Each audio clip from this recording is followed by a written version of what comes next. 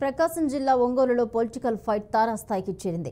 ఎన్నికల ప్రచార సమయంలో వైసీపీ టీడీపీ శ్రేణులు పరస్పరం దాడులు చేసుకోవడంతో ఉద్రిక్తత పరిస్థితులు చోటు చేసుకుంటున్నాయి. ఇరు పార్టీల ప్రధాన నేతలు మాజీ మంత్రి బాలినేని శ్రీనివాసరెడ్డి, టీడీపీ మాజీ ఎమ్మెల్యే దామచల్ల జనార్దన్ రంగంలోకి దిగడంతో పరిస్థితి మరింత ఉద్రిక్తకరంగా మారింది.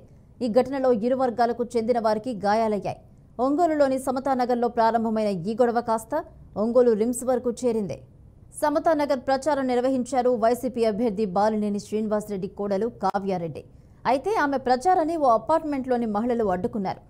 అపార్ట్మెంట్ వద్ద మహిళలకు వైసీపీ కార్యకర్తలకు మాటామాట పెరగడంతో గొడవకు దారితీసింది. అయితే ఇరు పార్టీల శ్రేణులు గొడవకు దిగడంతో ఇరు వర్గాలు ఒకరిపై ఒకరు దాడులు కూడా చేసుకున్నాయి. ఇక రంగంలోకి దిగిన పోలీసులు ఇరు వర్గాలను చెదరగొట్టారు. ఈ ఘటనలో టీడీపీ వైసీపీ కార్యకర్తలకు తీవ్ర గాయాలయ్యాయి.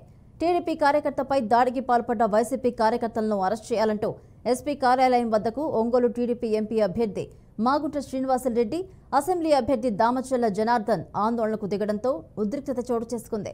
మరోవైపు ఘటనా స్థలానికి వెళ్లిన మాజీ మంత్రి బాలినేని శ్రీనివాసరెడ్డి తమ కుటుంబ సభ్యులపై టీడీపీ నేతలు దాడికి యత్నించడంతోనే ఘటన జరిగిందని మండిపడ్డారు. ఇక రిమ్స్లో చికిత్స పొందుతున్న టీడీపీ వైసీపీ కార్యకర్తలను పరామర్శించేందుకు వెళ్లారు బాలినేని దామచల్ల. ఇరు పార్టీల కార్యకర్తలు ఒకేసారి చేరుకోవడంతో నినాదాలతో హోరెత్తింది రిమ్స్. క్యాజువాలిటీలో పలు అద్దాలు ధ్వంసం కూడా చేశారు. పరిస్థితిని అదుపులోకి తీసుకొచ్చేందుకు పోలీసులు తీవ్రంగా ప్రయత్నించాల్సి వచ్చింది. చివరకు బాలినేని శ్రీనివాసరెడ్డిని అలాగే దామచల్లను రిమ్స్ నుంచి పంపించి వేయడంతో వివాదం కాస్త సద్దుమణిగింది. మా కోడలు, మా వైసీపీ నాయకులు, కార్యకర్తలు అందరూ కూడా మహిళా కార్యకర్తలు, ఎక్కువ మహిళా కార్యకర్తలు ప్రచార నిమిత్తం సమతానగర్లో ఒక అపార్ట్మెంట్లో పోయి పాంప్లెట్ ఇస్తుంటే, హేమశ్రీ అపార్ట్మెంట్ మరి పాంప్లెట్ ఇస్తుంటే వాళ్ళు నేను తలుపులేసి మాకు అవసరం లేదు అని చెప్పిన తర్వాత మా కోడలు పక్కకు రావటం. ఎవరైనా ప్రజాస్వామ్యంలో ప్రతి ఒక్కరు కూడా క్యాన్వస్ చేసుకునే అవకాశం ఉంది. సరే, వాళ్ళకి ఇష్టం లేకపోతే ఎవరు ప్రజాస్వామ్యంలో ఎవరికి ఇష్టమైన వాళ్ళు ఓట్లు వేసుకోవచ్చు. వాళ్ళకి ఇష్టం లేకపోతే మాకు ఇష్టం లేదని చెప్తే బాగానే ఉంటుంది. మా కోడలు వస్తే తలుపులేసి ఇష్టం వచ్చినట్టు దూషించటం, రిజైన్ చేసినటువంటి వాలంటీరు అమ్మాయి కూడా ప్రచారానికి వస్తే ఆమె 5 months క్యారింగ్ అమ్మాయిని పెట్టి నెట్టడం, అమ్మాయిని ఇది చేయటం, వలర్గా మాట్లాడటం.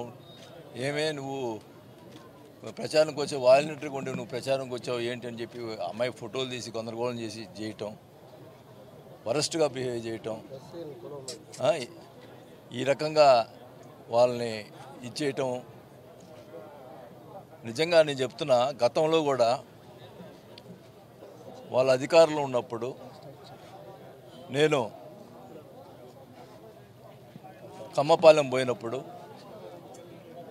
వాళ్ళు రాకుండా అడ్డుపడినట్టు పోలీసులు అడ్డం పెట్టుకొని రాకుండా అడ్డుపడ్డారు. దానికి ప్రజలు బుద్ధి చెప్పారు. తర్వాత మమ్మల్ని అధికారం తీసుకొచ్చారు. నేను కమ్మ సామాజిక సంబంధించి నేను అధికారంలో వచ్చిన తర్వాత కమ్మపాలెంలో కానీ ఎవరి మీదైనా టౌన్లో కానీ ఎక్కడైనా కానీ ఒక్క కమ్మ నాయకుడిని, కమ్మ వాళ్ళని, ఒక సామాజిక వర్గం వాళ్ళని ఎవరినైనా ఇబ్బంది పెట్టానా?